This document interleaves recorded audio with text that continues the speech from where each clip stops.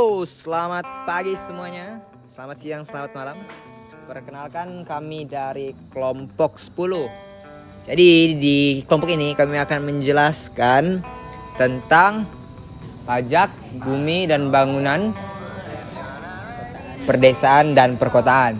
Nah, jadi sebelum ke intinya dalam pembahasan video edukasi ini, alangkah baiknya kita berkenalan dulu teman-teman, oke? Jadi ada saya sendiri, Deodatus Atadius. Saya Muhammad Bayu Riansyah. Dan saya Dharma. Oke, jadi langsung saja kita ke penjelasan mind map jenis pajaknya. Oke, jadi setelah ini kita akan menjelaskan mind map jenis pajak. Jadi yang pertama, pajak pusat. Jadi di Indonesia, pajak pusat merujuk pada berbagai jenis pajak yang dikelola dan dipungut oleh pemerintah pusat. Jadi ada beberapa jenisnya di sini. Jadi ada pajak penghasilan atau PPH, merupakan pajak yang dikenakan pada penghasilan individu dan badan usaha. Ini termasuk gaji, pendapatan usaha, bunga, dividen, dan sumber penghasilan lainnya. Dan ada juga pajak pertambahan nilai atau singkatannya PPN, pajak konsumsi yang dikenakan pada penjualan barang atau jasa di setiap tingkat transaksi. Jadi PPN ini dibayar oleh konsumen di akhir, tapi dikumpulkan oleh penjual untuk diserahkan kepada pemerintah.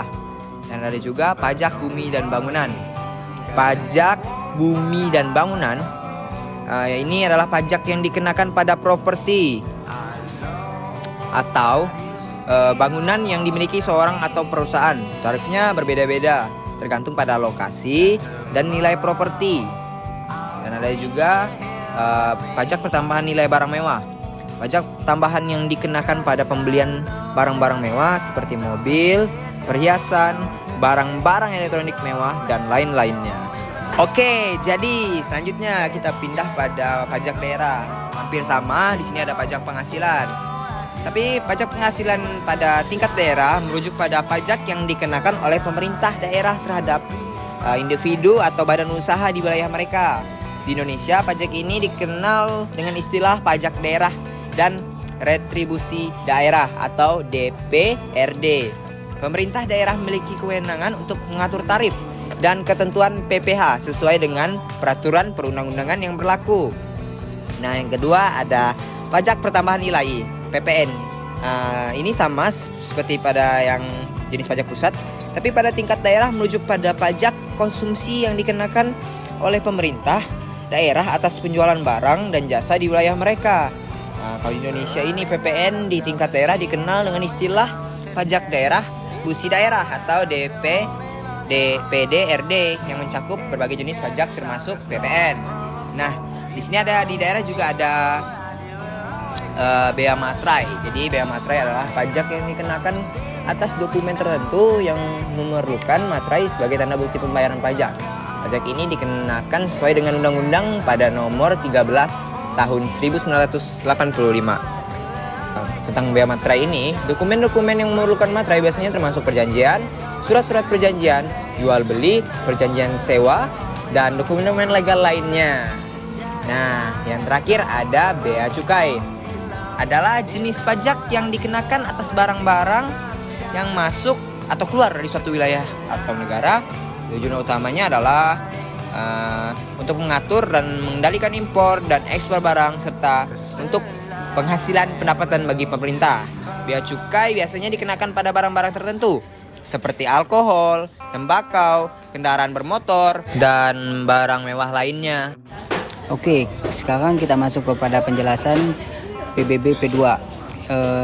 PBB P2 merupakan pajak bumi dan bangunan pedesaan dan perkotaan. Adalah pajak atas bumi dan bangunan yang dimiliki, dikuasai, atau dimanfaatkan oleh orang pribadi atau badan kecuali kawasan yang digunakan untuk kegiatan usaha perkebunan, perhutanan, dan pertambangan. Oke, selanjutnya kita masuk kepada dasar hukum PBB P2. Pajak bumi dan bangunan perdesaan dan perkotaan diatur dalam Undang-Undang Nomor 28 Tahun 2009 tentang pajak daerah dan retribusi daerah. Selain itu, PBB P2 juga didasarkan pada Peraturan Pemerintah Nomor 55 Tahun 2016 tentang ketentuan umum dan tata cara pemungutan pajak daerah. PBB P2. Subjek pajak PBB P2 adalah orang atau badan yang secara nyata mempunyai suatu hak atas bumi atau memperoleh manfaat atas bumi dan memiliki menguasai dan memperoleh manfaat atas bangunan. Oke, selanjutnya kita masuk kepada objek pajak PBB P2.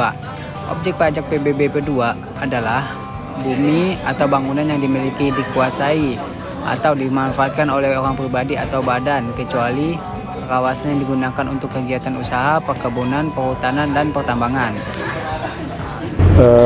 Baik, terima kasih atas kesempatannya. Saya Muhammad Bayuriansyah.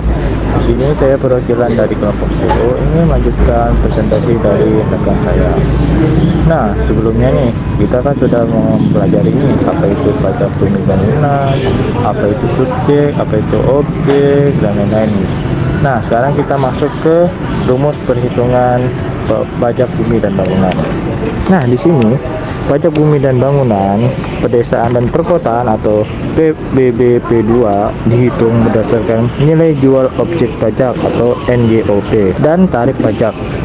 Rumusnya yaitu pajak terhutang sama dengan NJOP dikali tarif pajak. Biayanya sekitar 0,1% sampai dengan 0,2% dari NJOP. Nah, selanjutnya kita masuk ke contoh perhitungan pajak bumi bangunan, pedesaan, dan perkotaan. Berikut ini adalah contoh perhitungannya. Jadi, nilai jual objek pajak NJOP properti tersebut adalah 200 juta rupiah. Tarif pajak bumi bangunan pedesaan dan perkotaan yang berlaku adalah 0,3% dari NJOP. Perhitungannya ya ada NJOP-nya itu sebesar 200 juta rupiah dikali dengan tarif PBBP2 yang berlaku itu adalah 0,3%. Jadi 200 juta dikali 0,3 hasilnya 600.000. Lanjut kita ke kuis PBBP2. Nah, di sini nih kami nih dari kelompok 10 ada memamparkan 4 kuis. Nah, bagi kalian yang bisa menjawab silahkan dijawab. Oke, sekian dari presentasi dari kelompok kami. Kurang lebihnya kami mohon maaf. Sekian, terima kasih.